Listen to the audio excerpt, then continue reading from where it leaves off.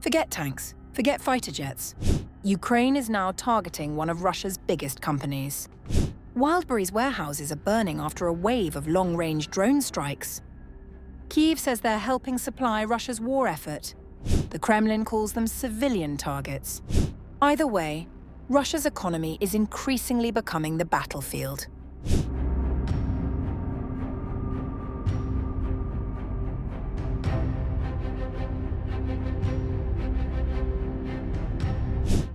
The war has reached one of the most unexpected targets inside Russia. Not an airbase, not an oil refinery, not military headquarters. This time, Ukraine has gone after Russia's biggest online retailer, Wildberries, setting some of its largest warehouse complexes ablaze in a series of long-range drone strikes. The attacks have triggered billions of dollars in damage, left thousands of businesses in crisis, and opened a new front in Kyiv's campaign to weaken the Russian economy. Over the past several days, Ukrainian drones struck major Wildberries logistics centers in Krasnodar and Stavropol Krai. This was not a one-off strike. Ukraine first struck Wildberries on July 18th, hitting the company's major logistics hubs in Elektrostal near Moscow and Kotovsk in the Tambov region. 4 days later, on July 22nd, it launched a second wave of attacks, targeting 2 more distribution centers in Krasnodar and Nevenomysk in Stavropol Krai. In less than a week, 4 of Wildberries' biggest logistics hubs had come under Ukrainian attack. According to various estimates, the combined damage now stands between 150 and 230 billion rubles, with tens of billions more needed to clear the wreckage and rebuild the facilities. Speaking about the attacks on the warehouses, Ukrainian President Volodymyr Zelensky said that Kyiv had struck 2 logistics facilities used by Russia to supply components for drone production and navigation equipment. Today, targets were hit near Moscow as well as in the Tambov region. These were Russian logistics facilities, including warehouses supplying equipment for the war effort, navigation systems, components used in drone production, and other supplies for the Russian military.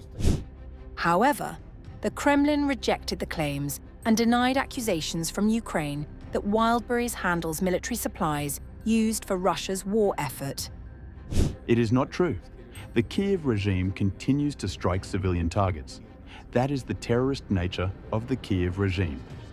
As for the company you mentioned, the situation is indeed difficult because of the losses suffered both by the company itself and by small and medium-sized businesses.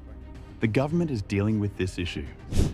Wildberries is no ordinary retailer. It dominates more than 40% of Russia's online retail market and, together with Ozon, controls almost 70% of the sector.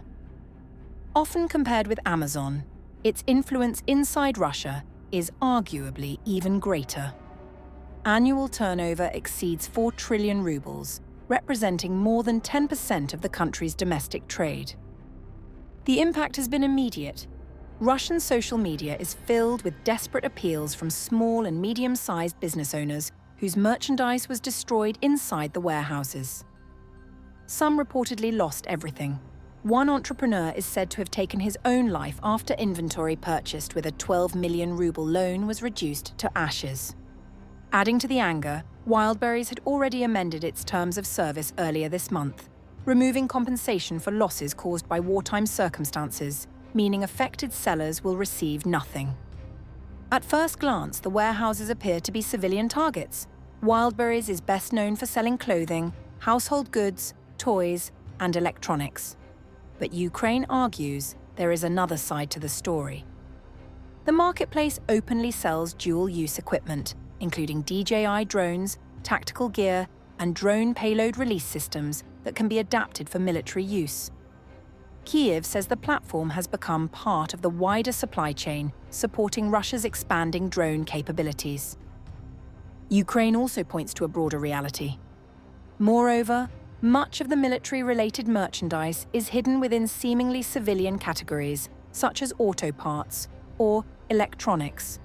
For example, one can openly purchase drone bomb release mechanisms or payload retention systems, equipment designed to carry and release explosives from drones.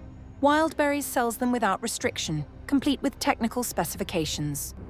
Since launching its full-scale invasion in 2022, Russia has repeatedly struck Ukrainian logistics centers, postal terminals, warehouses, supermarkets, shopping centers, railway infrastructure, and power facilities.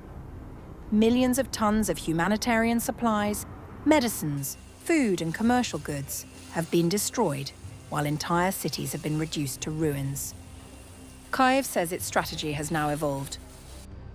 Rather than limiting long-range strikes to oil depots and military facilities, Ukraine is increasingly targeting the economic infrastructure that keeps Russia's wartime economy functioning. Wildberries is not only a retail giant, but also one of Russia's biggest taxpayers, generating hundreds of millions of dollars each year for the state budget. The company also plays a central role in Russia's parallel import network, helping sanctioned Western goods continue reaching Russian consumers through third countries despite international restrictions. Disrupting that network could make sanctions far more painful for ordinary Russians while increasing pressure on the Kremlin. As Ukraine expands its deep strike campaign, the battlefield is no longer confined to trenches and front lines. It is increasingly reaching the economic heart of Russia itself, where every warehouse destroyed carries consequences far beyond the flames.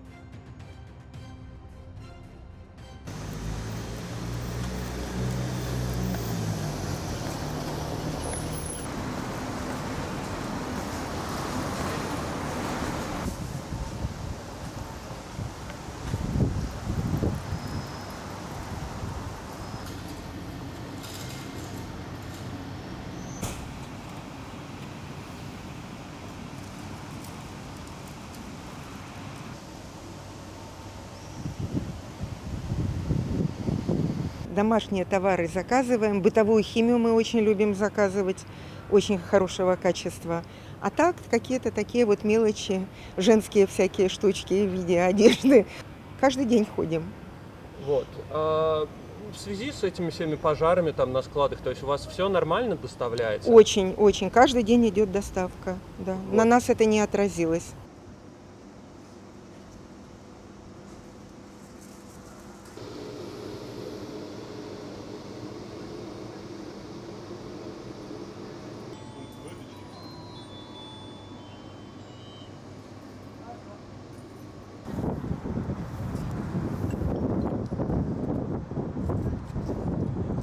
Ну, что-то для дома я всегда заказываю. Всегда туалетная бумага, салфетки, жидкое мыло. Ну, вот все, что для хозяйства, всякие тряпки, для мытья окон, для всего остального.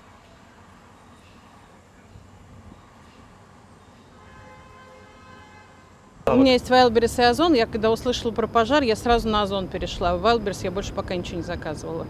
В Озон за это время я сделала один заказ.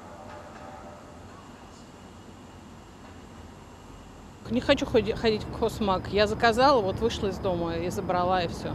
А в хозмаге, во-первых, все дороже на самом деле. А во-вторых, уже все, нас маркетплейсы приучили к тому, что никуда ходить не надо. Все в одном месте забираешь, и все, голова больше не болит.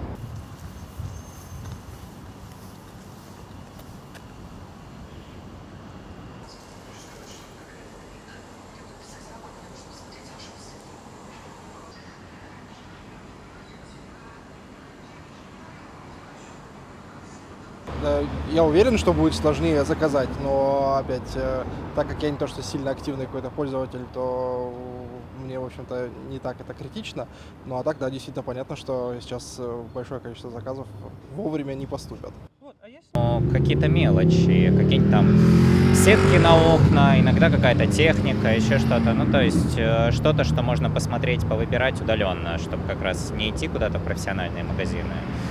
Чаще всего на Wildberries. Но вот жена бесконечно, вечно вообще все оттуда заказывает, поэтому там в ее случае это практически каждую неделю какой-то заказ есть. Ну, в этом плане вроде как Wildberries немножко спасает, то, что у них есть там и возврат средств, и оплата после получения и так далее, то есть в этом плане немножко спокойнее. Ну, как бы все равно волнительно, но время сейчас такое, поэтому, так, ну, а чего уж поделать, если сгорят, сделаются, ну, придется принять.